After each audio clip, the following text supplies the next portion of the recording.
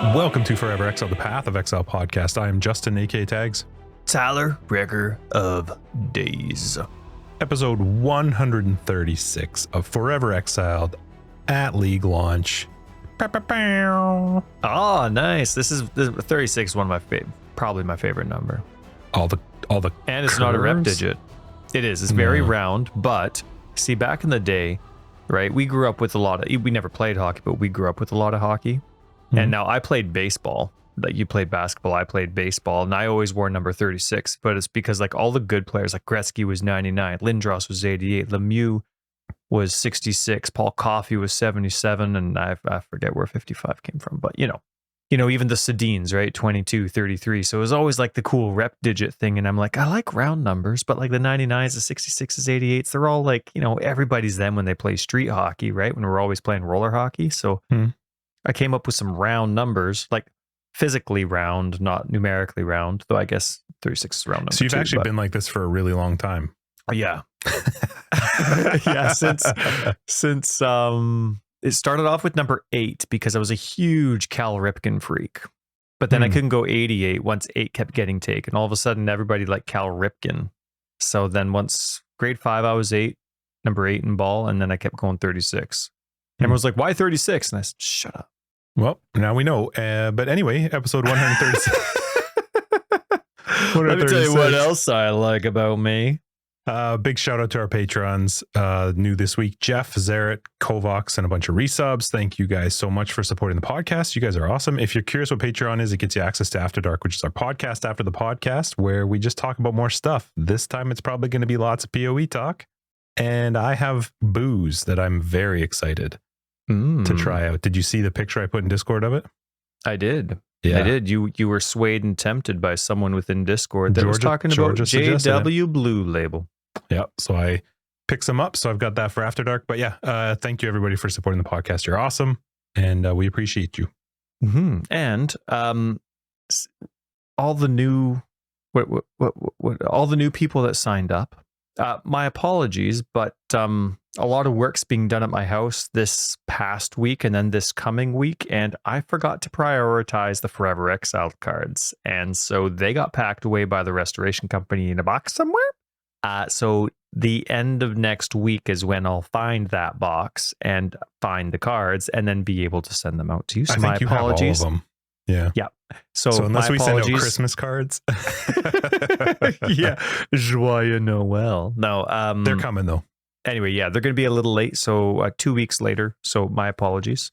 Cards and stickers. Resubs, just in case for those of you, there's a few of you who like sign on, then sign off, sign on, then sign off. And I know that just has to do with like league hype and, you're playing at the beginning of the league and then you're not, and it's good to save your cash. But I like to joke around that they're just trying to get a lot of cards over and over and over. We don't do that. We know your game.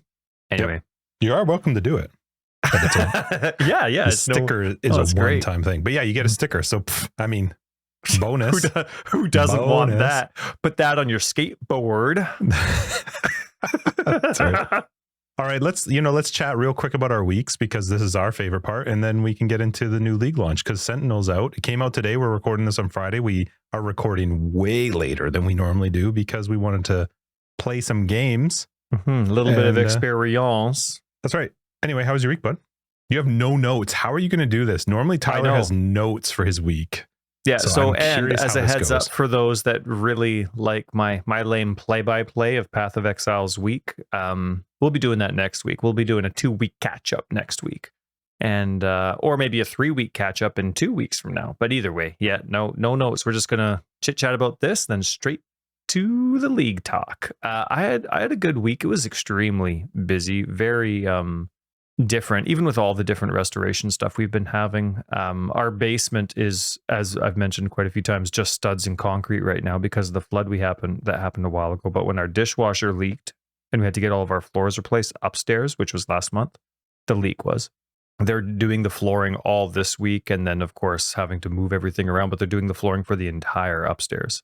And so right now the bedrooms are empty because today they had to do the flooring in the bedrooms, but we have our beds in the living room. Our dressers are either packed up or in the living room. Like our fridge, our oven, they're all like in weird places. Like it's just, we have we're climbing over like the bags that they have that they put all of our pillows and blankets on and stuff. Like there's nowhere to walk, nowhere to do anything.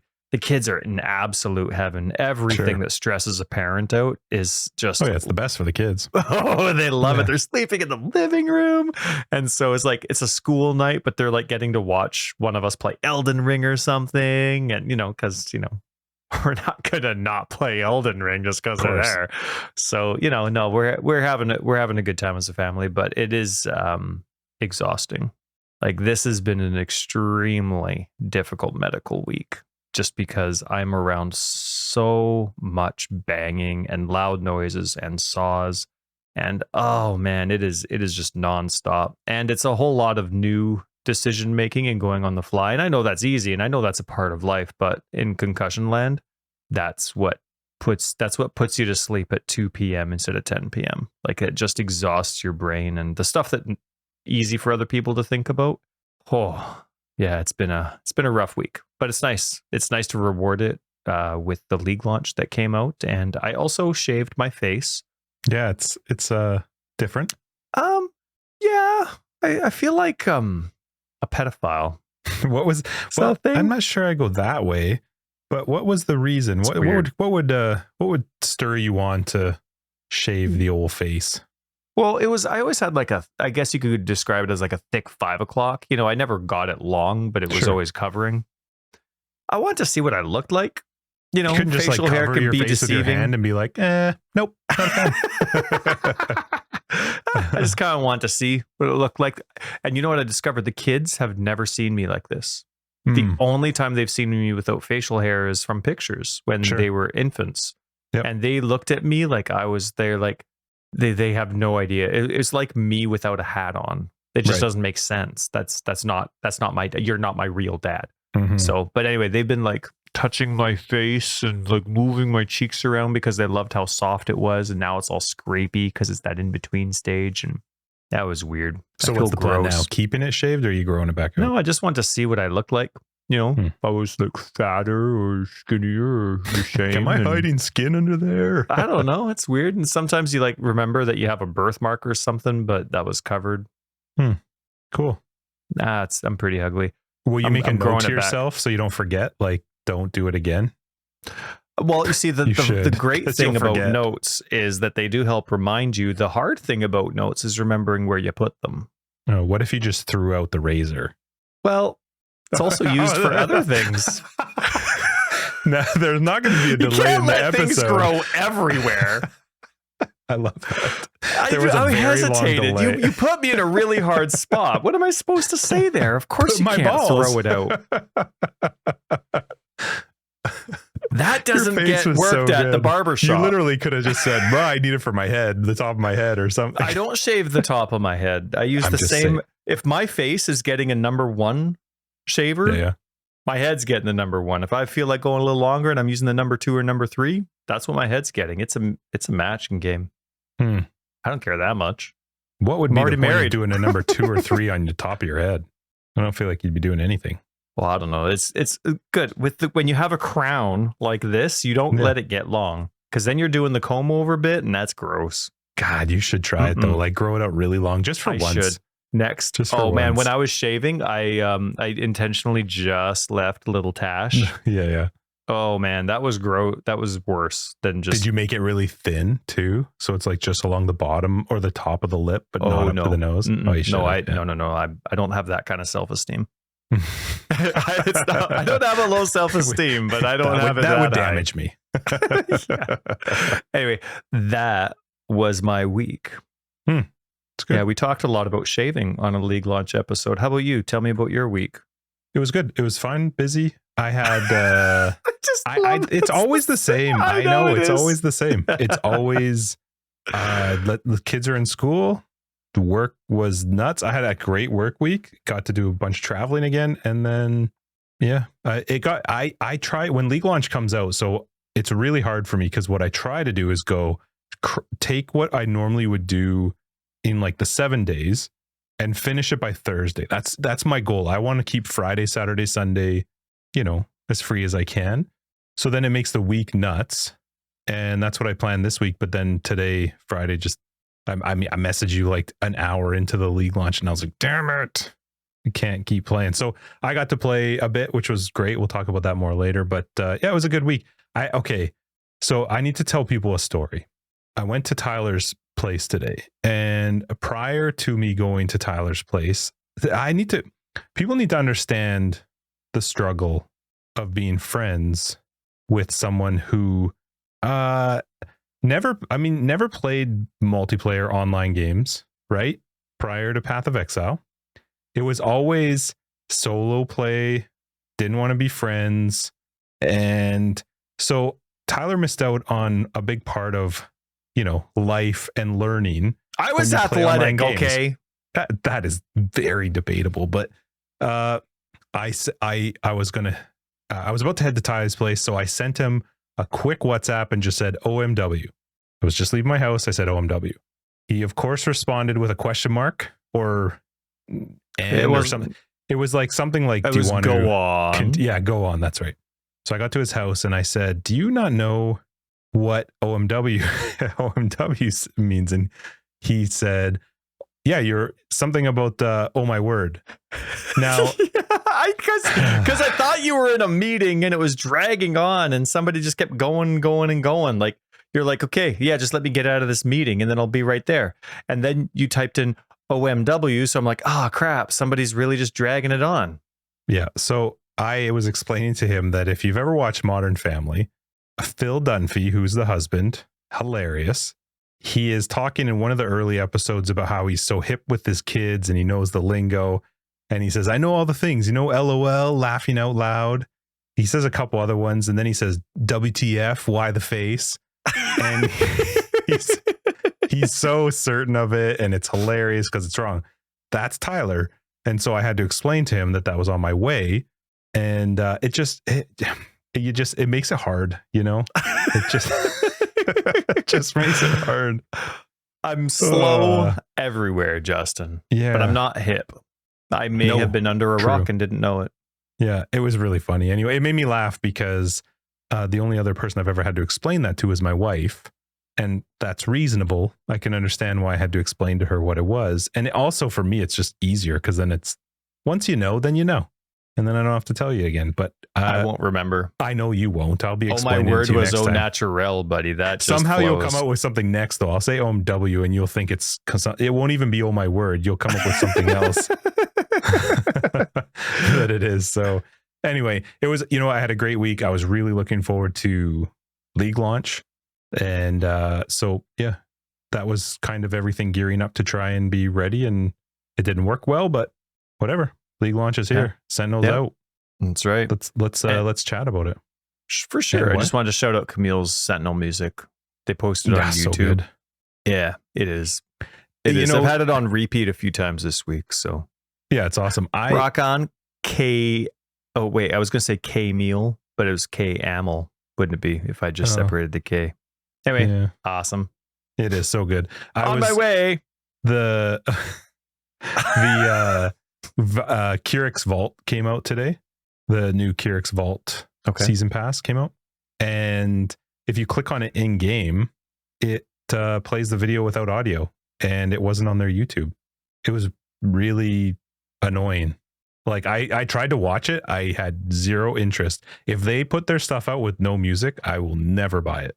It was awful without hearing music. So I'm not sure if it just hasn't been uploaded yet, but the video in game would not let you click to go to YouTube to watch it. It only played in the game itself with no audio.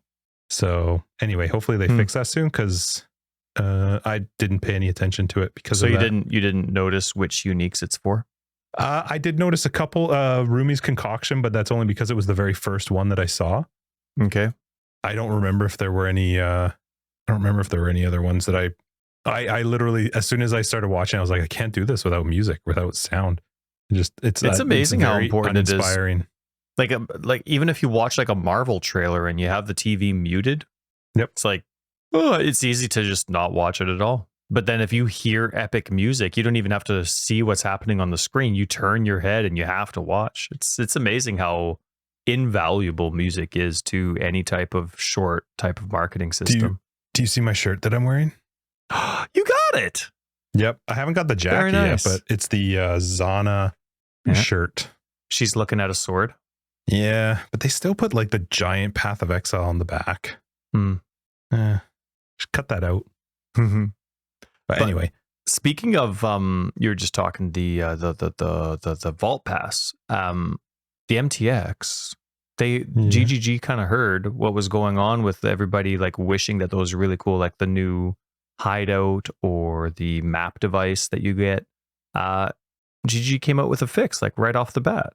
Yeah, like starting off. Yeah, I thought that was really cool. I haven't come across that yet because I haven't unlocked the map, and it was the map device that I was excited about. I'm not going to change the hideout, but I was quite excited about. I'm looking forward to being able to change that when I can, or seeing how the process works. Hopefully it's a smooth process where it's not, I don't know. Hopefully it's a nice, easygoing process where you know the decision that you're making and how final it could be and that kind of stuff. But when we were talking about with BK the portals that I had seen, and we were just trying to figure out like what it was, and then they came out with the mystery box that's going to have actual portals that you can get. So we thought, okay, I guess that's what it is. But the time whatever hideout actually does have those 2 sets of portals. You can't move them, but it actually teleports you to another island as part of the hideout. So it is that they were actually that. There was just no real. I guess there's no real need to mention it. I don't know. It's a unique thing to that particular hideout. Cool. I leveled up a couple times, and we'll get right into it right away here, but just because we're on the MTX thing and I can ignore it.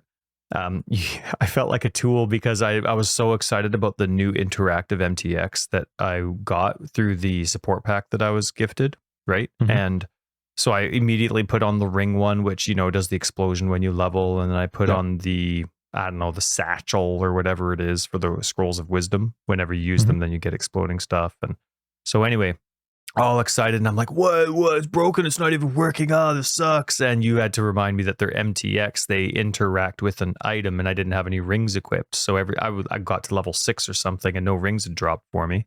And so I couldn't put any on. And so then, I waste all my wisdom scrolls that I'm desperately hanging on to, or sorry, scrolls of wisdom, not wisdom scrolls. But I spent all 3 of them just to buy a coral ring, just so that the next time I level up, I get to see the explosion. And did you notice that they stopped it from doing it in public areas, which I do like? I appreciate that. That was interesting. I noticed when I used my book that it didn't happen. If I use my book in the map, does it happen? You know what? I haven't tested that part, but I do appreciate that it doesn't. I don't want to see, like, I have it on mine and I like it, but sometimes when you level up in the middle of a bunch of mobs, it's like having RF. Celestial RF. Celestial RF. Like you just like, okay, I'm not going to see anything for a second. But I leveled, so yeah. And you know what? I don't mind that with an MTX like this because it's not a skill MTX. You could turn it off. Yeah. No problem. If it's bothering you, you can turn it off, and it doesn't change anything. And it's not like you're leveling often. I mean, at the beginning you are, of course, because that's how the campaign is. But once you hit 80, you got 20 more, and it's not going to happen in a night. So I don't know about the de-leveling book, because that's what I saw somebody do as an example in standard, and it did do that big, but I don't know if that's still the case. I have no idea. But the actual books you get, thankfully, they don't. I guess that it does make sense too, because you're not leveling up. So maybe the D-level book does still do it. I'm not actually sure. Maybe that part does still do it, but at least it's not constantly going crazy inside of a public area. That would be annoying. Yeah. And we were told that last week was our 100th After Dark episode.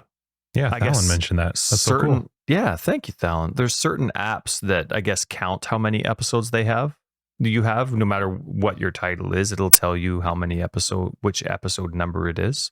And so whatever app it was, I forgot to ask. It said last week was the 100th, and we've had to skip a couple of weeks. We must have started on the 35th episode, somewhere around there. Then, well, we've skipped some After Darks on occasion just because of busy life. So I don't know, maybe 31. Very few, but something. Yes, you're right. I don't know how many it is, but anyway, that's cool. So tonight's the 101st. 101st. Yep. Very cool. Now, all right, let's get league launch. Yeah. How was your league launch? Was your queue screwed up? Was it smooth? Did you get in okay? Stable experience, bad experience? Well, you screwed me out of the queue because you had me come over to help you like literally as I drove. And Tyler lives like 3 minutes from my house. As soon as I got to his house, they tweeted that the queue was up, and I had already patched, so was just waiting. I was already queued up by the time Justin got here. Yeah. He was really lagging behind in real life. Yes, I think I was IRL, like 12,000. just IRL. There you go. It was like 12 or 13,000. The queue was fine. It went by just fine. There was no. I don't have a problem with that. Yeah, you passed me when I was breaking the eggs, so yeah, that was a rough experience. That was rough. Which part? Breaking the eggs. There's a lot to get into with regards to like how the leveling process is so far, but I thought the league launch went quite smooth. I think a couple people mentioned that they might have crashed or had an issue. I did have some graphical issues where the game just all of a sudden tried to it was weird. I hit F1 to see, and it said for some reason it was locking me to 100 frames per second, but it was not 100 frames per second. It was like a slideshowy weird, and I couldn't figure out why. So I just had to switch the resolution and then go back to my resolution, and all of a sudden it was back to whatever 300 frames per second. It was fine after that, but I'm not really sure why it did that. And then I think somebody else was mentioning in our Global 2121 that they also were having issues with graphics, but overall I didn't crash, never crashed so far today. And from everybody I've talked to, the experience of at least the stability of the league seems to be it was rock on. It was right on for me. I mean I was like 6,000 in queue. Oh man, so I was watching Zizarin at the beginning, right? He said he had big news and stuff, and so I was watching and enjoying the story time and the excitement that he was bringing. News? He was really funny. Oh, just a partnership that he has with Shopify, and cool. Or something like that. And sure. I don't understand broadcasting too much, so I don't get all of the announcements. But I was really happy for him. He said it was pretty impressive thing, and it was huge news for him. So cool. I'm not the type of person that understands that to appreciate it enough, but I do think that it's pretty exciting. So anyway, I was watching him, and he was saying like, no, I can't do the announcement, because his announcement was late because he wanted to get in the queue. Like, he cares about these competitions that they're happening, like the boss kill event. So he's in there, and he's like, no, I can't start the announcement until I get in the queue. And we were waiting. And so I was waiting as well. And I'm like, okay, you know what? This is going to be awesome. I'm going to be in like the top 100. This is going to be fantastic. Because I'm like loading the game. Nope, not in, quitting. Loading the game, in, nope, not quitting. Loading the game, in, so nope, funny. Not quitting. And I'm going back and forth. And it all of a sudden, he's like, okay, I'm in. And I'm like, well, I've been doing this for like the last 20 minutes. What's going on? And I thought that like you just get in the queue and you load the game. I mean, how many times have I done this? But it never pays attention. I had to hit log in. Yeah. And you don't have to close the game out. You could have just keep hitting log in. That's right. I could have just log in, no, escape, log in, escape, or whatever it would have been. And so it's just log in, because it'll just pop up saying like you can't log in right now. Yeah. And normally I'm fine showing up 10 minutes late and being like, okay, 20,000 people ahead of me. And one league in recent memory, that was an issue. Whereas now if you're 36,000, it's like, okay, you got 2 minutes. Yeah, you'll 10 be fine. minutes maybe. Yeah, you're good. So, but I had a stable experience. I was around 6,000. I was in 2 seconds, and started leveling. Used my scion, and you bet your buns, I did breaking the eggs with spectral throw. Well, let's talk about our builds first before we get into like league stuff. What are you playing? Or what's your current plan to play? I was really confident in my plan, and now I'm going back to what I was choosing between, just because classic Tyler leveling, I'm sure a lot of people do this. It's a noob thing to do, but I still do it, is you have your tree, you have your gems, you're ready to go. You totally forget about the leveling experience. See, for me, I'm the kind of person where I level with what I'm playing with. And I love that to death, but I'm planning on going SRS. But I'm starting, and I get SRS right away, and I plan for that, and I know that, and that's great.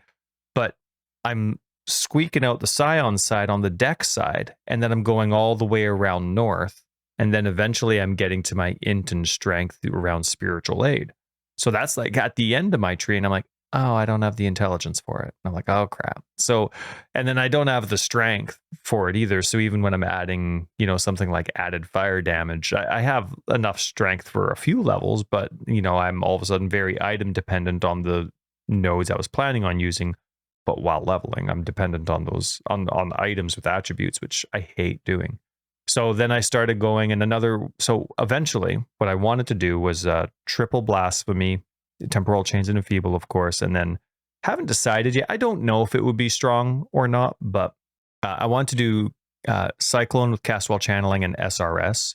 Obviously, right. Fire damage makes sense because it's 100% physical fire conversion. But I was thinking of also, well, what if I'm curious how strong it could be if I just made it poison chance instead? Poison chance, added chaos damage, I don't know, something like that, faster attacks, and or replace that with something like summon phantasms. I don't know. So I was kind of wanting to switch it out and try it and see what it was. So level both sides of the gems.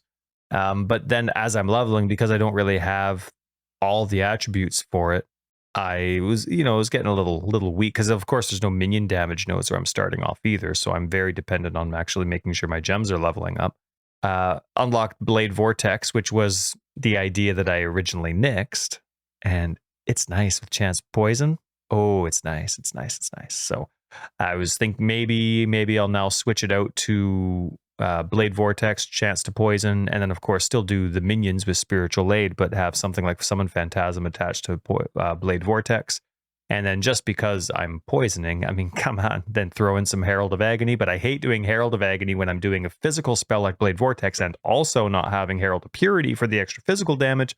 And then all of a sudden I'm having to play around with my triple blasphemies. Can you have triple blasphemies with no determination? Because determination is my only physical damage mitigation? I don't know. Because Blade Vortex is real close quarter combat. So, but because you could switch some of that though as you get further into, because isn't 100%. Herald of Agony really good for leveling? Like I've heard that it's quite strong. I'm going to unlock it shortly. The quest that I'm on the way, I'm only in Act 2 right now. And I killed what's his name, Creighton, and then I want to try out some of the Einhart beasts as to your recommendation before we started the podcast. And so I haven't gone north to actually do the main quest yet, where I would unlock Herald of Agony. I think Herald of Agony unlocks at 16, so whatever that is. I think it is when you go and find the person in the chair or something up north. Right. You find Helena, wherever Helena is. So, right, yeah. Help me. Mm-hmm. And then, you know what I love about that quest? You can totally ignore her. Go back to town. There she is. Yeah. Oh my goodness, do I wish you could do that in Act 3 with Clarissa or whatever her name is. Well, you only have to talk to her the one time. I know, but I just want to, it's one of those things where it's a really pathetic, whiny baby thing for me, but I really wish I could just walk past her. Like, I saved her. I killed the guy. Okay. You're welcome. I mean, you undid your own cuffs. Yeah, really. I mean, you're a pro. I mean, I'll meet you later. You know what I mean? But we know Tolman's gone. So yeah, that's right. Wow. Talk about hanging on, hey? But anyway, yeah, like I wish I could just run by her. But anyway, no, I like that about the Helena quest. Every time I ignore her completely, I'm like, I'm actually not being thoughtless because I know I'll see you later. Yeah, except that she won't show up in your hideout until you at least talk to her, I think you can talk to her in what is Act 7? Yeah, she won't be in your hideout. I think that's what I find annoying, because I'll go to like change my hideout and be like, what the hell? Where is that lady? Yeah. I've never come across her not being there, so I must have just incidentally done it. But yeah, Herald of Agony, Herald of Purity with Blade Vortex. Of course, Chance to Poison is something I'm thinking. Not sure if I'll do Cast While Channeling with Blade Vortex or just self-cast Blade Vortex. Cyclone would be what I use for Cast While Channeling. That would really slow me down movement speed wise, but I have the survivability of being able to move while I'm casting and always be at my max blades nonstop. So that is nice. I'd lose damage, but for the sake of that circumstantial survivability mid combat.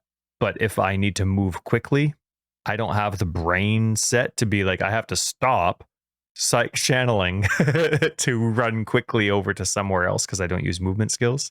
So that's where I would die most of the time with that setup. And then I'd also, because of the mana reservation of the 2 heralds, I definitely have to drop a probably 2 curses or determination, or petrified blood. I'm going to be running petrified blood as well, because I plan on using See, that's the thing. I'm planning on doing 3 arrogances: clarity, vitality, and precision. But I only need precision if I'm doing SRS. That's not true. If I'm using the agonies or the heralds, they do attacks. So I could still use precision. And so I was going to use petrified blood as, the nice gap in the middle there. Can you hear her? Yeah, I assume that's an Elden Ring thing. Yeah, that's my awesome. wife's upstairs because we have all the walls that are opened up, right? There's nothing in between them. It's just studs. You might hear my wife exclaiming every now and then in the background. Just trying not to die. Yeah, but she has her headset on, so I have to go upstairs. Do you want me to tell her to be quiet? No, it's fine. Hush, hush. It's fine. Hey, no, lady. She's good. And then snap. Snapping's always good for potential bedtime business. You just snap. Yeah, that's always good. Yeah, that's right. You know what's going to happen. I know what's not going to happen for a week straight. Let her have fun. She's married to you, so you got to give it to her every now and then. Some fun. Wow. So anyway, that's what I'm doing, and maybe SRS, maybe poison, maybe fire. You never know. So many things. I know, right? Yep. So, but if I go SRS, then I don't need spiritual aid. Anyway, I'm going with cluster jewels. So, whoop whoop. Are you gonna craft your own? Or are you gonna buy them, or what are you gonna do? I never ever think of trade ever. So you might with cluster jewels. Oh, I'm investing in delirium. So I saw that. I saw your tree. Oh, did you actually look at it? Yeah, of course I did. Oh, just. I don't ignore the stuff you send me. That's a load of crap. Of course you do. No, I don't. No. Well, yeah, no, I'm going all delirium, torment, rogues, rares. And I am most definitely going to regret the rare investment, but I'm sticking with it. I'm just going to change my character up until I can handle it. And then I won't be able to handle the vampiric mod, so because I'll be too tanky. Whatever. Tell me about how your league's starting, because I'm going to get into like this. So far, everybody has started this league and been like, might need to rethink that Atlas passive. I certainly have. So I didn't know what I was going to play. And then, I don't know, maybe middle of the week, my son was talking to me about Seismic Trap and was talking about how good it is. I had played it before a long time ago, and I do like traps. So he kind of convinced me to play around with Seismic Trap. So that's currently my plan, is to go Seismic Trap. Are you going with the Saboteur? Yep. I already ascended. What? I finished Act 4, just about at the end of Act 4, before we had to stop so we could actually record. So it's getting better. I leveled with Stormblast Mine just because that's what I always level with whenever I'm doing traps or mines or anything like that. It's just really easy. And yeah, that's the goal, is to just go Seismic Trap later. Once I hit Act 4 and ascended, I actually swapped over to starting using traps. So I'm using Lightning Trap, and I've got like Seismic and a couple other ones that I'm just throwing down for like the harder stuff. And eventually I'll switch over straight to Seismic, but and probably Exsanguinate. I'm not sure. I haven't figured it out yet, but it's hard to, that's the plan for the build. There's so many more things that I would rather talk about with regards to the actual league, but that's my plan currently. I'm going to go Seismic Trap. I wasn't sure leading up to it. I didn't know if I kind of want to experience some more of the bosses, because I didn't play last league as much as I thought I was going to, just because of Elden Ring and F1, oddly. I do want to experience more of the end game stuff and play around with more of the bosses. So I think Seismic Trap's going to be pretty strong for that. And as much as I did want to go the Detonate Dead, I got turned off just because I saw a lot of people talking about it and posting about it on YouTube, and there were videos showing up, and I was like, I don't really want to play. I don't know. Seismic Trap is probably popular as well, but I just didn't want to play something that everyone was doing. I felt like everybody was playing, but again, Ethan pays more attention to that stuff than I do, so I have no idea. I'm probably playing something popular anyway, but it's been an experience so far, the league wise. I don't know. How are you introduced to the league mechanic? Like, how are you actually introduced to Sentinels? Where was the first time you figured very first that? Zone, the coast. As soon as I went onto the coast, like in that very first zone, I found one of the little Sentinel things. I clicked it. It dropped a Sentinel, and then it told me to equip it and to also equip the controller, which was just right clicking it, and then it told me to apply a filament. So it said like put a filament in, and then that was kind of it. You put your filament in for the controller to kind of figure out where you're going to go. You put the Sentinel in, and that was kind of it. which it's, I don't know. I don't mind that because I don't like my handheld. I do turn off all tutorials as soon as I start the game. I would love to know how you're getting the controller levels. I don't really know what it's based on. It's not, I assume it has to be something to do with experience, but it's not related to your level at all. So yeah, I've been having the same trouble. Is it how many enemies you kill while it's up or alive or anything? Maybe that has something to do with it. Maybe like if you didn't interact with the league, would it take you longer to get? Oh yeah, would it still go up, or would it take you? You'd have to catch up or something. I don't really know. I haven't been able to figure that out.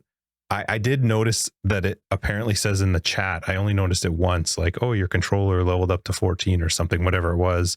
And there's a blue aura that like puffs up around you when it happens. I've seen that a couple times. I had no idea what it was. That's you getting a point, but it's not super obvious.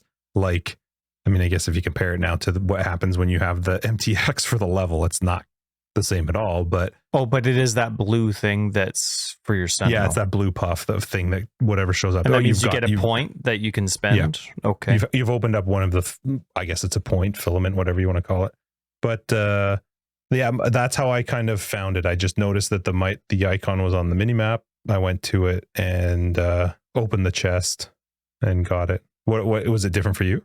I didn't see any on the coast. I didn't see any down south where you fight the freezing guy for the Quicksilver thing. I found one in a really obscure corner just by accident because I was running for my life. Totally not. In the breaking the mudflats, breaking the egg section. It was in the very top right that I found it. And that was only because I knew I was going with SRS that I get right after breaking the egg. So I just stuck with Spectral Throw, which of course is a very line based, like it's it's piercing, but it's in a line. So you're trying to line everyone up before you use it. And so I was doing stuff that I don't normally do with my minion builds. And so and then I did find it and I click on it and I had the same experience. It was just Sentinel box. I get the Sentinel thingy. I get a quest Sentinel thingy, right click on one, equip the other one in the tree. And that was it. So I don't know. Like I've looked through the tree a little bit and I'm like, I don't know. I don't quite get it. Like I think you have to play a bit more to start figuring out what they're all for. But I never think of it. Like I think I've used it twice because now this is a controller thing and maybe it's a controller limitation. I don't know if you were ever told what button it was or what it looks like on keyboard and mouse. What button do you hit? It defaulted to F2. Okay. Did you look to change that? It didn't tell me to hit F2. You can, but I didn't change it. Is there like a little icon somewhere that shows you? It says F2 on the Sentinel. Oh, like when I'm in the game down by the little Sentinel, it does show the F2. Okay. So for me, on controller, kind of close your eyes and think about this, okay? Because I have all my buttons that I need to hit, but they're all the same buttons. So you have to use button combinations in this game to use the multiple skills, trying to accommodate as much of PC land as possible. And I think they do a really good job with it. On the controller, A, X, Y, B, they do whatever your skills are, right? Like your, I don't know, RF, your SRS, whatever it is. Hold right trigger, those face buttons change. So you can allocate a new 4 skills, auras, more active skills, whatever you want. If you let go and you hold left trigger, those face buttons do more. So all of a sudden you got 12 buttons for just those. And I think that's really cool. Just last league, I think it is. They made a new button combination where if you hold both triggers, then there's a brand new set of 8 buttons, but those aren't something that I can change. Those are allocated to league content or game mechanic content. So whether it would be, delving or, Sentinel. So I have to hold both triggers down and hit B to open up the Sentinel list. And then I have another button to hit. So I guess once I have all 3 Sentinels kicking around, then I can pick which one I want. So I hold both triggers, hit B, that brings up the menu, and then I pick my Sentinel, and then it shows up. And I'm not used to interacting with the league menu on controllers mid-combat. I'm used to, okay, I'm at an expedition. I look at my controller thing, I'm squinting so I can see, and I'm like, okay, hold both triggers, and then I hit up on the D-pad. Okay, did I bring it? Am I doing it? Okay, good. Like I'm used to, like, once combat's done, now I'm starting my mechanic interaction experience. So I'm not used to it as a combat thing, so it doesn't cross my mind. So I think I've used it maybe 3 times, but I have the red one. I guess everybody would start with the red one. And I have noticed that it's zilching people. It is really bright, so I might have to turn bloom all the way down. I don't know if that would, I don't really understand what bloom is, but maybe if I turned it all the way down, it wouldn't be as bright. But I see it shoot people, and then an icon goes above their head. So that's cool. And I like that sometimes, extra idea of the, yeah. But I can't tell, like, it looks like it has a duration, maybe. Like there's a number that's on it. Sometimes it changes, sometimes it doesn't. There's two. So one's a timer. So by default, they have 30 seconds. The red one is alive. How do you know it's 30 seconds? It does say it on the actual Sentinel itself. If you like look on the mouse, and as the item number itself. Okay. Yeah, if I moused over the actual item, and then the number is for the red one. It counts down, and that's how many mobs it will tag or empower. So if the number is 20 or 30. It starts at 30 and just counts down, and either that will hit 0 and it stops, or the timer will run out. So the one nice thing is you can. I never noticed a red number. That's interesting. You could just start it. Oh no, there's no red number. There's a number, which is the countdown of how many mobs it will tag, and then there's a red line that's running around the outside of it. That's the timer. Okay. Yeah. So, but the one nice thing is you can technically just start all the Sentinels as soon as you get into a zone. And as long as you get to 30 mobs within 30 seconds, then you're fine. And in the controller, there's also things that will increase the duration of the Sentinels. So I think mine are up to like 40 or 45 seconds right now. And some of them have a chance to spawn twice. So I can use them twice in a map. Oh, see, that's one thing that wasn't, does it say on the item that it can only be used once per instance? I think so. I can't remember because because it's a mechanic. I keep forgetting it's an item, and so I haven't gone to the item for information yet. But there were the first few times that I used it, I'm like, why is it grayed out? What am I doing wrong? Do I need to look for? Do I need to be in a certain area? Do I need to be close to a boss? And I couldn't remember what it was. And now granted, I didn't go back and look at the item, so I could be out to lunch, but I would hope the game tells you at some point that it is limited to one time per instance. Each Sentinel type can be used once per zone. Okay, cool. So yeah, and I found the Sentinels work quite well. They started attacking right away. I like that. Like I didn't have to worry that I was going to kill the mobs too fast. I thought that the controller upgrades were actually kind of cool. Like I could make their beam chain, and I could make them fire an additional projectile, which is going to tag people a little bit faster. So there is stuff within the controller. One thing I was saying, Ethan, that I liked is that they didn't release the controller ahead of time. You kind of just like got into the league and had to figure the controller out, which some people might not like, because it definitely slows you down if you want to try and like think about it and plan it out. But the beauty of the controller to me is that you can't mess it up. You're talking the controllers, the mechanic where you put in the filaments. Tree. That's right. Control. You can't mess it up. You can change it anytime you want. You can respec it. There's no cost. So, I like the fact that I was trying to figure that out as I got into the game and trying to trying to guess where they were going. Those chests for the Sentinel chests, they seem to be random because they do show up in random zones, and you can click them and a Sentinel will drop out of them. They also drop randomly from mobs. So I haven't had a problem. I had one zone, like one area where for 2 zones I didn't have one, but we're talking like ledge where I had run out, and one didn't drop. But since then I have not run out of Sentinels. Like I have plenty of Sentinels to pick from now. And I've done the combination thing to combine 2 Sentinels because I want to see how that works.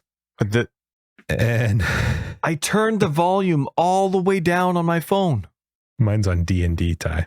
That's do not disturb. Anyway, the controller part of it I think seems to work well.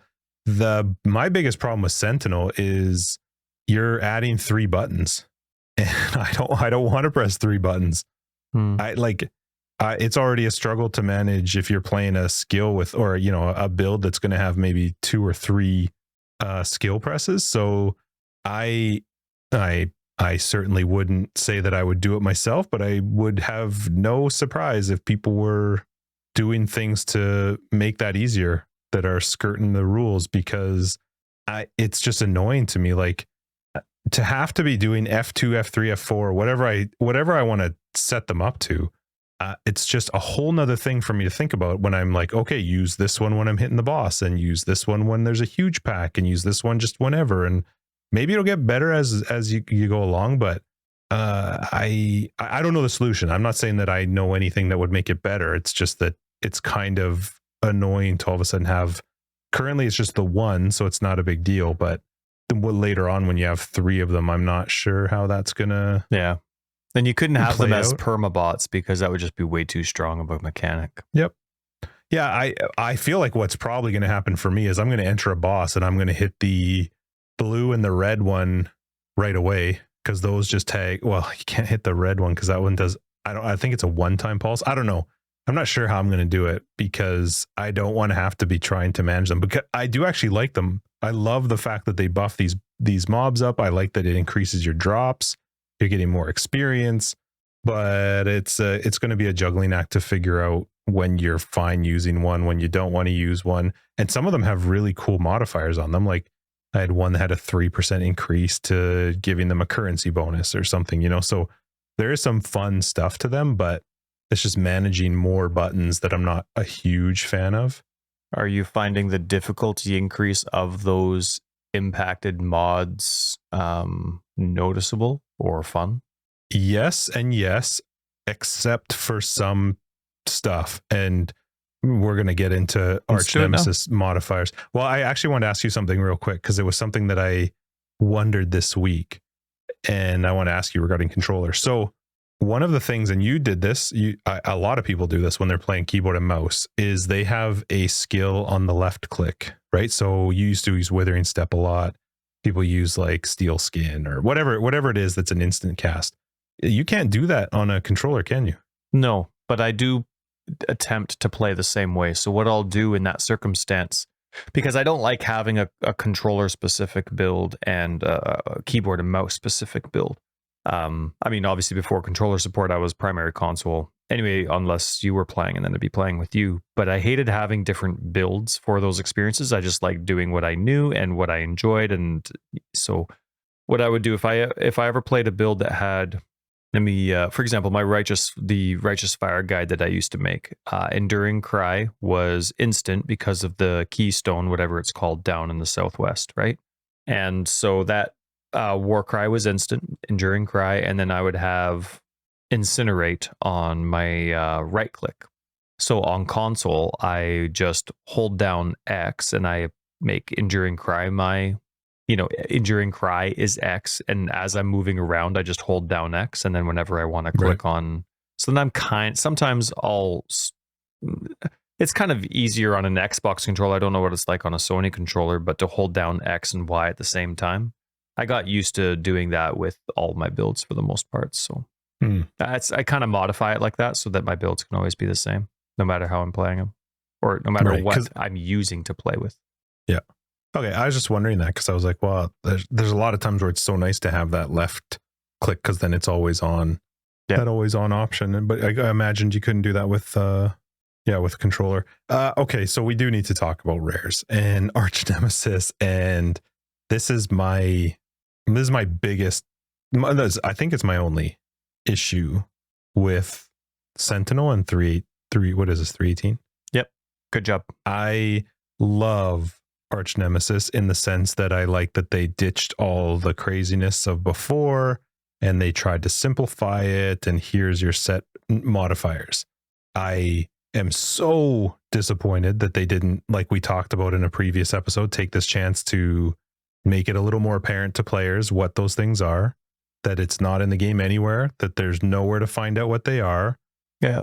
And I will be shocked if they're not tuned down a little bit through the leveling process. I'm not at endgame, so I don't know what they're going to be like. And I like things to be a challenge, but when you make Act 1 much, much harder, you've made Act 2, the goal is to make it a little bit harder, but the goal is to make all the acts a little bit harder.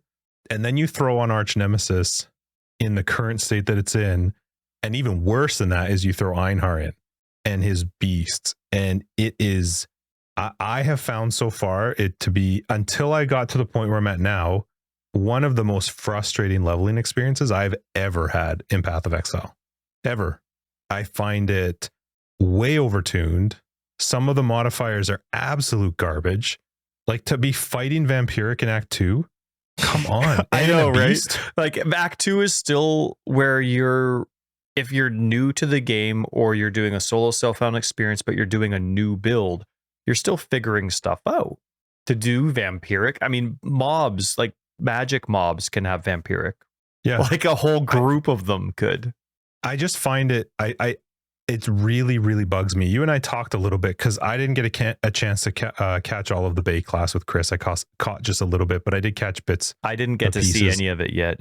I'm excited to see it, but it's just long. Yeah, I won't have that time for a bit. I'll have to do it in like 20-minute segments. Notes, be like, that's right. Yeah.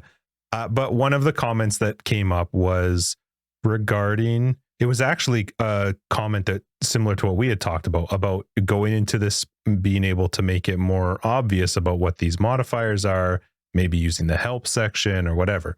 And that's clearly not even an interest to GGG at this point.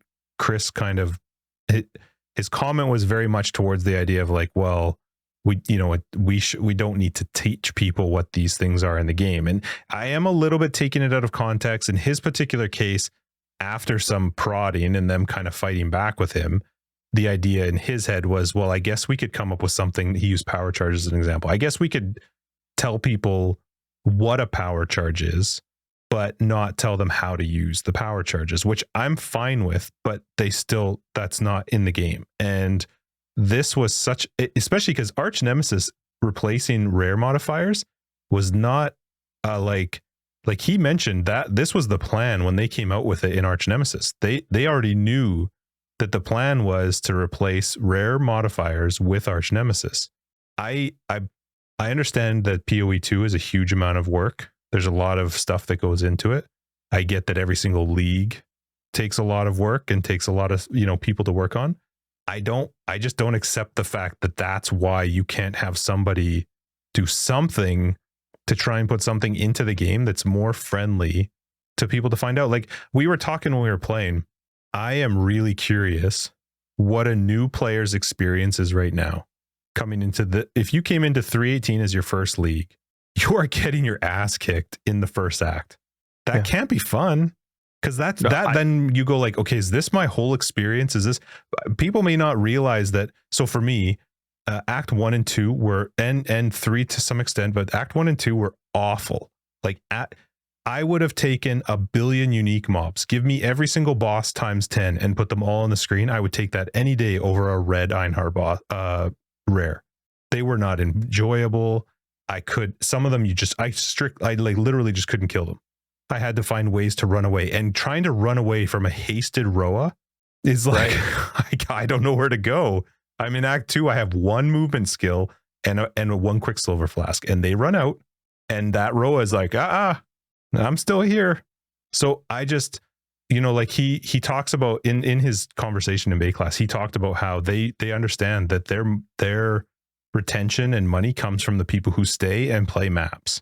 It's so weird to me that they keep telling us. Did he say that again in this most recent one? Yep. It's so weird to me that they know that, but yet it seems like they actively try to stop people from getting there. I don't understand. It gets me super frustrated because I don't think, like, they talked about the help menu as well. So I'm just like spilling a bunch of crap, and then you can respond. I want you to respond. I'm in. But they talked about the help menu, and they brought it up, the fact that when Preach played his, like blind playthrough of the game, he brought up the fact that, I don't know what that is, so let me go into the help menu and see if I can find it. Of course, there's nothing in the help menu that's useful at all. They brought this up, and Chris admits that was something that came up, and it was introduced a long, long time ago. It's not been maintained, and so now it's kind of like it's too much work to do. And when he was talking about this, it made me think of me and you specifically talking about the excitement of the idea in PoE 2. Hopefully they take this chance to introduce some more tutorial style thing to be more, at least there more be explanation in the game versus having to go to a third party. It did not seem like that was on their radar whatsoever. His comment was, well, nobody uses the help menu. That's not what people are clicking on and going into, which he got a ton of backlash from the guys on wraeclast who were like, in every single game I play, if there is the ability to go in and search a help menu to try and figure out what's going on, I'm in there, which is true, I think, for a lot of players. And even if it's not, the reason you're not going into the help menu often is because it sucks. At this point, yeah. If you know there's no information for you there, that's why your clicks are low. Kind of like, for example, let's say, I don't know, a city is looking to increase their ridership on transit. A city could say, okay, I'm going to make good routes. I'm going to increase our driver hours by 10%. And, we're going to give people a service that's worth riding on, as opposed to we have a crappy service and we're not going to improve it because nobody uses it. Yep. It's really frustrating. It is. And the really, now this is all, I haven't heard any of this except from you, but anytime you come out with a product, anytime you come up with an idea for your product or an expansion, whatever it is, it needs to be supported. It always needs to be. So if you are revamping rares, it needs to be different. This is not different. I mean, sure, the rares are harder. Sure, you might have something like Frostweaver and you see, okay, I see something frosty. Okay, that's ice. Okay, but that doesn't help me, right? Like, it's not like I'm changing my resists in the middle of the fight. He made the comment that, well, if you die to it or you have a problem, then you can at least learn. You know what you did. Well, that's not true. I watched you play.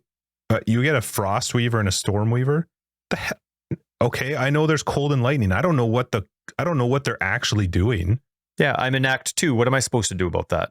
I just it's weird to me that magically just get some sweet rings with resists. Like, it really bugs me that we talked about it, and it felt like it was such a good time for them to do something to make it a little more clear, to help players out.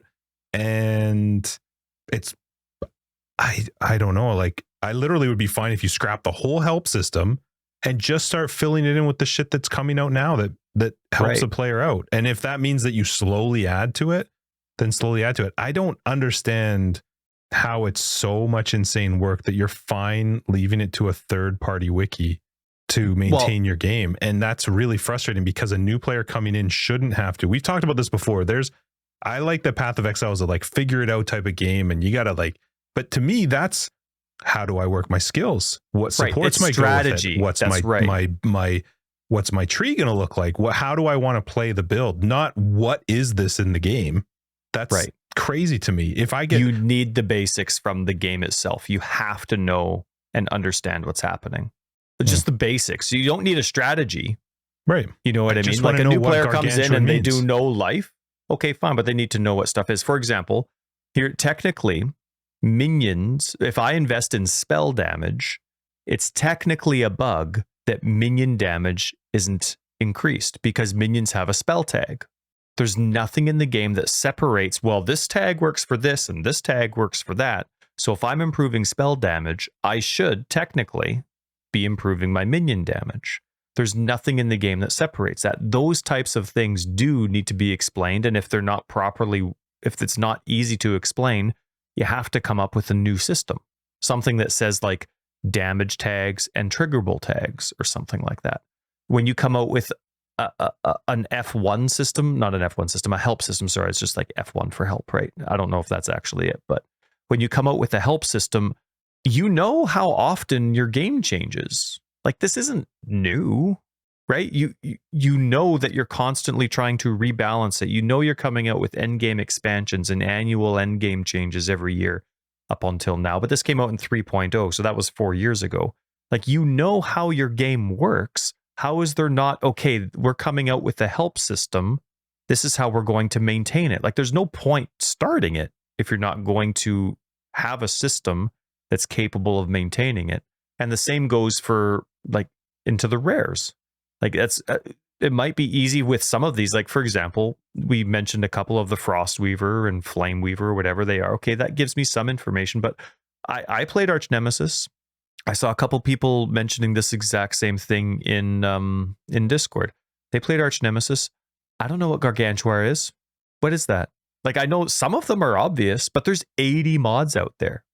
Not all of them are obvious. And I mean, if you're going to change, this is going to, no matter what the difficulty changes are for us from 317 to 18, this is going to be the exact same game that the old version of Rares was in 319 if they don't give us information.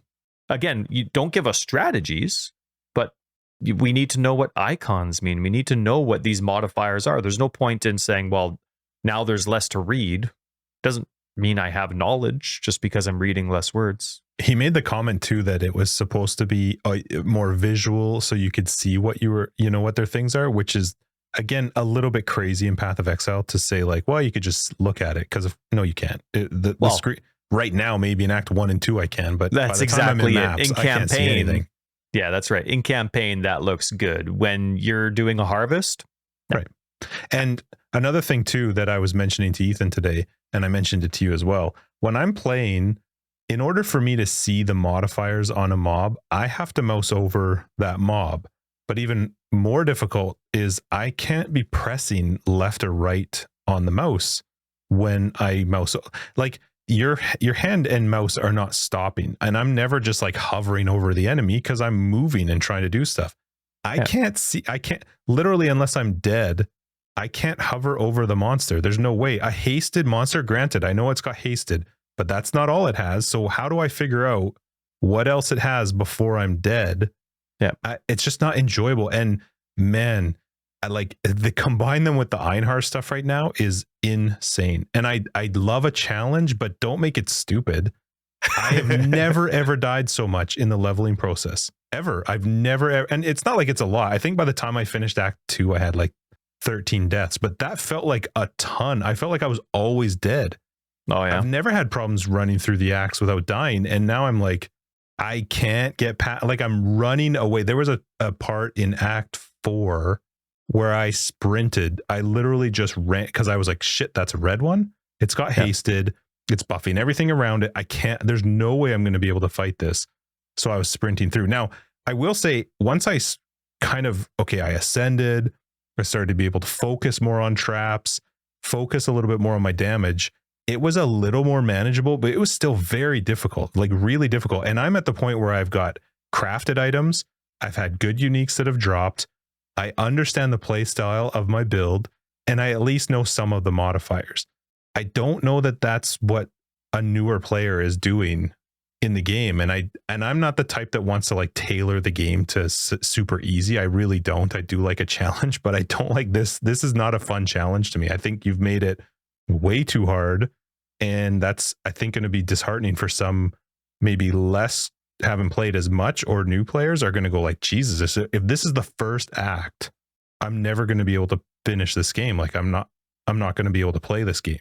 So I don't know, maybe it's just a little overtuned and they got to do some work to it, but there is still some stuff that's a permanent thing that seems to be in the mind of GGG of like, well, you'll just have to figure it out as you go. And I think it's unfortunate. Yeah. Basic information needs to be in the game. Strategy, do what you want with. But here's the thing. Here's how fast this game moves. And this is something that I'm surprised hasn't been planned for, just based on the comments you said. And again, I didn't actually hear them, but 2 wikis now are out of date. Even the wiki.net one that just started up, it's starting to fall behind on stuff. And no criticism to them. They're all doing, even the one that we used to use on not Extra Life. What is it? Fandom or something? Yeah. Oh man, but I'm glad another one started just because the ads were insane on that one. But when one wiki is like 3 leagues behind, so they start a new wiki, like that should tell you how much support is needed for just basic information. There's so much missing in the game that a wiki's falling behind 3 months at a time. And keep in mind too, one's that's starting to with fall behind. A league that didn't change. Right. I mean, they've only had a few days with it now, but yeah, Still. definitely. And so now you're starting to fall behind on the wiki.net one. And oh man. And so here's the thing that kind of discouraged me with what you said. And hopefully it changes. Now, Chris said in the reveal They know exactly how many leagues it is, unless, they change their mind, but they have a firm, per se, league for when PoE 2 is coming out. But the whole reason PoE 2 is coming into existence is because PoE 1 got away from them. As far as I understood what they said, right? Like, there's just so much to fix. It's an outdated system, this, that, and another thing, we just need to make a brand new game, but make it the way we like it. And, like Chris said, instead of 3 guys in a garage making decisions, now we have a team of 180 or whatever it is. And, a lot of years of experience between everybody. So, it's going to be a great game. But if the reason you need to make the new game is because you fell behind, but you're still making decisions that you're falling behind on, how is PoE 2 going to be any different than PoE 1 3 years after PoE 2's release?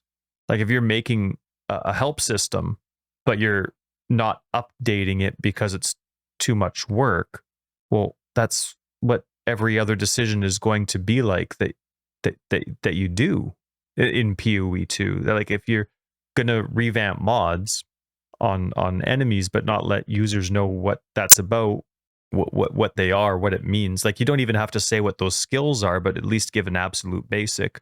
To us, hasted makes sense. Maybe that is one of the obvious ones. Vampiric probably makes sense. But is it leech? Probably, I guess. It's not like a life regen. I don't know. Because I see when I was fighting some vampiric one, it was very inconsistent how the life went up. I don't know. So anyway, it would be nice to have that information, and it would be really sad if PoE 2 got in the exact same state as PoE 1 because they fell behind. You know what I mean? Like, it would be nice if that. That shattered my heart when you told me that the reasons that the help menu hasn't been updated. Like, I remember complaining years ago that, like, they don't even explain the end game. They don't explain how the Atlas works. They don't explain how regions work. They don't explain how conquerors work. They don't explain how guardians work. They just wasn't there. So anyway, but one thing I absolutely love, this has been unfortunately more, anyway, never mind. Well, let me get in one more point then that's somewhat negative. I know you like to shift things and be all I am flowery. My problem is that. Did you say flowery? Flowery, yeah. Okay. Special flowery. If the thing that I just struggle with is they know that they get more money and they get more attention when people get to end game. I think it should be somewhat of a challenge to get to end game, but we've talked about how much I hate the leveling process. It is just mind-boggling to me right now that they have made the leveling process so hard. Why not focus that to be some power spike as you hit maps or something? Don't make it make those Archnemesis mods scale or something, so that as you're going through the mapping, the leveling, it might be a little bit of a challenge, but your leveling process sucks already. It's awful. The campaign is not fun to play through for me. I'm talking for me personally. It's not fun to play through. It's the absolute worst part of Path of Exile. I don't enjoy it. I just want to get through it. Why would you make that process harder when you know that if you can get people that little step further, they're more inclined to stay? I'm not saying make it easy. I understand where Chris is coming from. Like, well, we don't want to make it simple for them to get to the end game. I totally get that. But don't progressively you don't want after anybody, league, make it harder and harder and harder and harder. You jacked up Act 1, and then they jacked up Act 1. They kind of jacked up Act 2, and then they realized, and he said this, it took too much time. The amount of time that went into doing that. So that's why we haven't done the rest of the acts, so that hopefully it will come. Still, it's another of the many examples that here's an idea that we haven't budgeted in how to support it long term. So now it's another fill-in thing that shows an incomplete part of the game. They shouldn't have started at the first one. They should have started at the 7th one, so that the people coming into the game were like, oh, this is fun, this is great. Then they get to Act 6 and 7, they're like, I know as now it's a little bit different as somebody who's played for a long time, but Act 6 used to be like a massive wake up call when you got into that first zone and the dudes were putting down totems and then they were shooting ice and you were like, what the hell is that? To me was a relatively good shift into understanding I need resists and I need to be aware of the damage around me. I don't think that should be Act 1. I don't think I should be getting my ass kicked by some psychopath Roa in the very second zone of the entire game. Yeah. That's crazy to me. That's right. The thing that should kick your butt is just being overwhelmed with normals, right? Yeah. Like they all charge you at the same time. You're like, Sure. oh, stun, dead. And you're like, Yeah. oh, wow. But now you know what to do with that, right? You can put yourself in a different position, hope they don't all rush at you. Or, oh, wow, I need to save my movement skill for after my first hit, and then I can quickly go behind them or something. Whereas, as opposed to just something that's hopeless because it rolled bad. For the rest of my leveling process, I was telling Ethan I will be control clicking every zone if Einhar's in there. I'm not doing an Einhar zone again until endgame. It's just not fun. I'm not getting a good enough reward for it. And the red ones, they're freaking psychopaths. They're just psychopaths. They're just a bunch of nutbags. I had a soul eater with Soul Eater and hasted. And I was like, hasted. And Soul then there was the another. Worst. There was still another yellow Einhar beast right there. I was like, all right, I'm out. Let's start recording. As negative as it's been, that part, I am so over the top excited for the Atlas. I cannot wait to get to endgame. I am so not sure anymore what I'm going to do with that Atlas passive tree, because if this is leveling, I was like, oh, I'm going to add a modifier to my yellow mobs, to my rare mobs, and I'm going to buff all this. And now I'm going like, I'm just going travel nodes. What's that node that like just takes away all notables and it just buffs up all your travel? I think I might go that route now. That's right. Well, I mean, I'm starting to forget. I mean, I'm only Act 2, right? So a lot of what I've been saying isn't from experience. It's just from chit chat and from what I've heard others say. But I'm buffing, right? I'm getting that extra modifier on a rare. I'm buffing, have that cluster where rares can be duplicated. You got Rogue Exiles, Torment. You're dead. I am. It's gonna be. I couldn't even handle the 5 tormented boss when that showed up. So the bosses are the best part of leveling right now. I'm gonna stick with it, and I'm gonna rework my character over and over and over until I can handle it, and then 5 weeks from now, I am going to be cursing GGG because I'm going to be so defensive. I'm going to finally be able to take it. I'm going to spend my million regrets, and my wife's going to have left me because I'm just so focused on PoE planner. And then 5 weeks later, I'm going to be complaining about vampiric because now I don't have the damage. I have the defense, but now I don't have the damage to get that vampiric down. When you go in to fight Dominus, the rares that sometimes spawn in there with him are 100 times harder than him. I was like, oh my God, just can I kill everybody, please, so that I can deal with him, because he's cake. It's those stupid rares are just bananas. So anyway, I feel like it's a little bit overtuned. I hope that they adjusted a little bit. And I mean, for my own sake, I do, but I think Path of Exile needs to grow. It needs, their focus is very clearly on growing their player base. He said that they have an expectation of Lost Ark numbers when PoE 2 comes out. You have to put some focus into the new player, because if you have Lost Ark numbers, that's new. That's literally like triple your player base. That's 2/3 that are new players. They can't come in and just get destroyed within the first 3 zones with no answers. 10 act without any way to figure it out except guess. Or so I don't know. I hope maybe it's just a little bit overtuned. Maybe they make some adjustments to it, and also give me like a turn Einhar off option.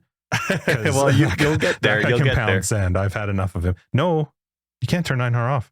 Oh, not in the Atlas passives. That's right. He's a master mission. Yeah. But I am in love with the fact that they've, at least with the exception of investment on the Atlas passive tree, you can max out at 4 mods on a rare now. That is nice. So once we actually get to that state, but once we get to that state, we don't have a lot of reading to do. So even though we don't know what the mods do, we're like, okay, at least there's only 4, and you'll be able to remember, hopefully, what they are. There's if you can mouse over them. If you can, yeah. My goal is I would like to just kill them before I find out. I would rather not actually find out what they are, but it is nice that there's 4, and I like that. I really like the Archnemesis change. I love that they scrapped all the craziness and they've gone with like, here's our things. I just wish they'd be like, hey, here's our things in the game. However many there are. Maybe there's 15, 20 of them. Here's the names of them. Here's what they do. There's 80. There's 80 Archnemesis. Really? All the mods that were in. No, like when I was making my filter, it was like, 80 different modifiers too. Probably. Huh. I honestly don't care if it's a billion. Just write it in the game. Just put something that lets me like type gargantuan. Oh, hello, cool. All right, so you're bigger and you've got more health. Great. Is that what it means? I think so. Well, that's what it was in Archnemesis. It was that they were larger and they had like, I'm going to guess it was 30% more or something. There was an increase to their health. There might have been, I don't even know. Maybe there was damage. I'm not sure. I think it was just health though. But yeah. Well, 4 mods. So that's cool. Unless you put that 1 point on, then you got 5. It's going on. And they're going to be tormented. It's going to be great. Well, that's the other thing. And they're going to be duplicated. And you get, that's right. Essence. It all changes for essence too. The essence monsters got they do 6 essence. I know they do, but that's what I'm saying. If you buff up essence, you're literally going to click it and just boom, you're dead. I'm doing it. I'm focusing on essence and torment and rogues and rares. But when you talk about putting where there can be 5 on it, when you talk about how there can be 5 on it, Einhar adds 2 of his own. I don't know what they are. They're the most random names ever. What's that? Tiger signal, tiger prey, tiger claw.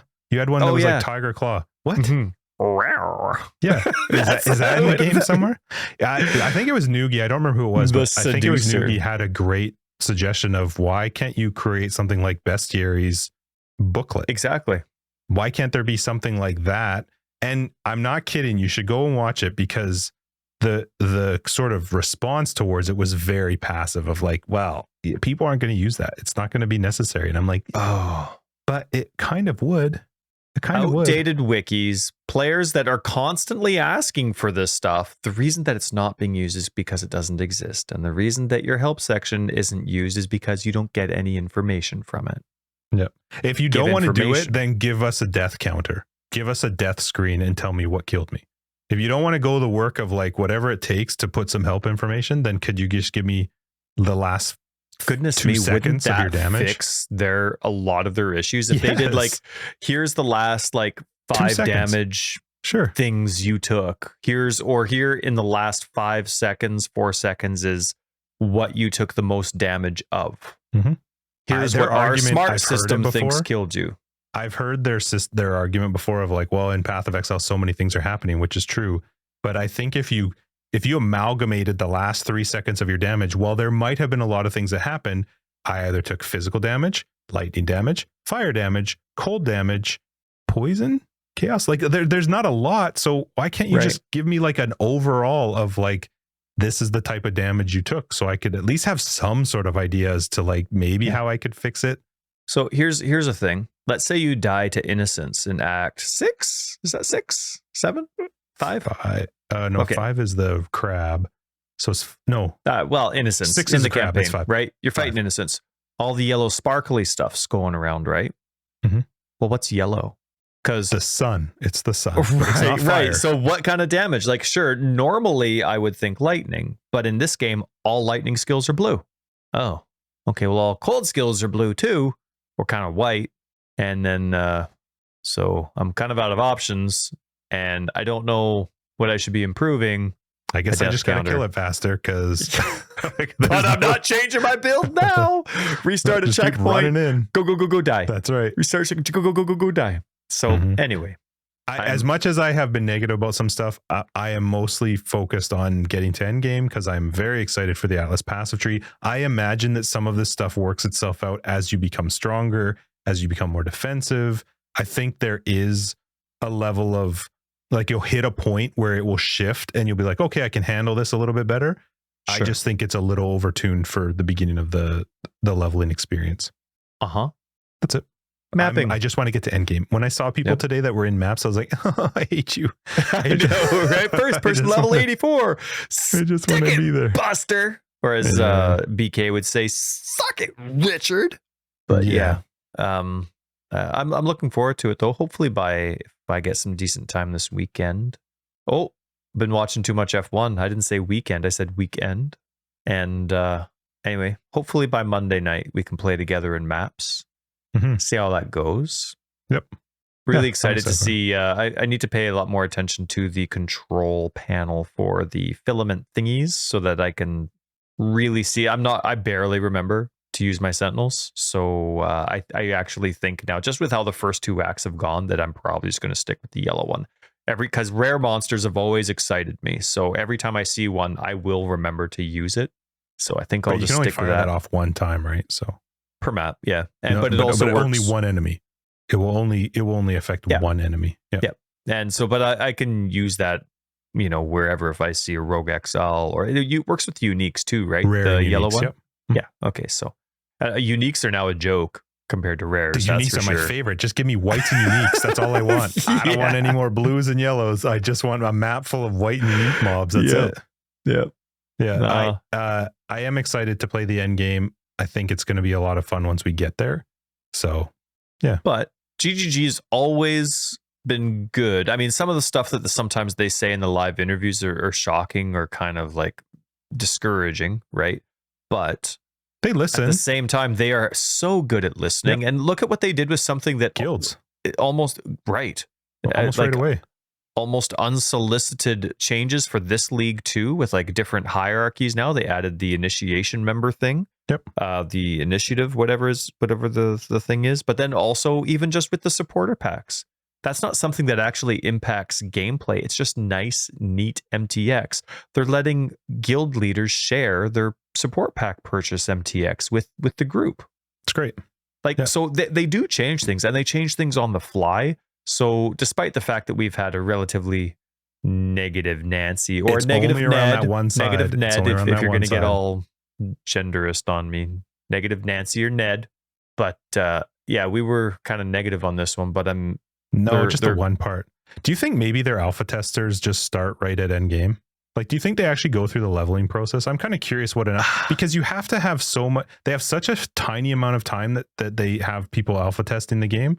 That I'm curious, do they actually have them level up, or do they? So you're just talking people like us, the players, not QA. Okay, right? Because they have alpha testers. I'm just curious if maybe they don't do the leveling side of it, because I feel like this is going to be so much better once you actually get into endgame. I just think it's a little bit too crazy right now in the early game. I think it's a little bit tough, and I like it to be a little bit tough, but I think it's too much. I think it's a little bit too high. I don't know. I'll have to play more and do better than you, and then completely say the opposite thing as you. Yeah, we've actually gone really long for a league launch episode. Normally we're like, we want to play, we're out of here, see ya. We do. But our 101st After Dark might be next week. Nope. It's coming up. All right. Well, I got to go to the bathroom. So, all right, let's wrap up. 136. Yeah. Forever Exiled. Would you like me to tell you why I like the number 36? I feel like it's just curvy.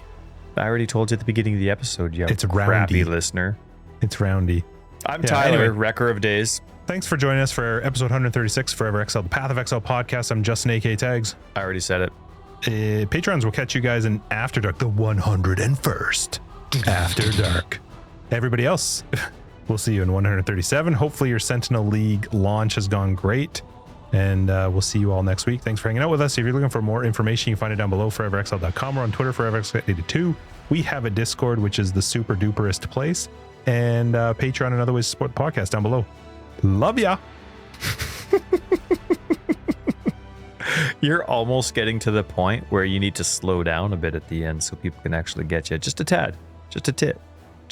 I just said just a tit. Just a tit. Just a little tit. Just a little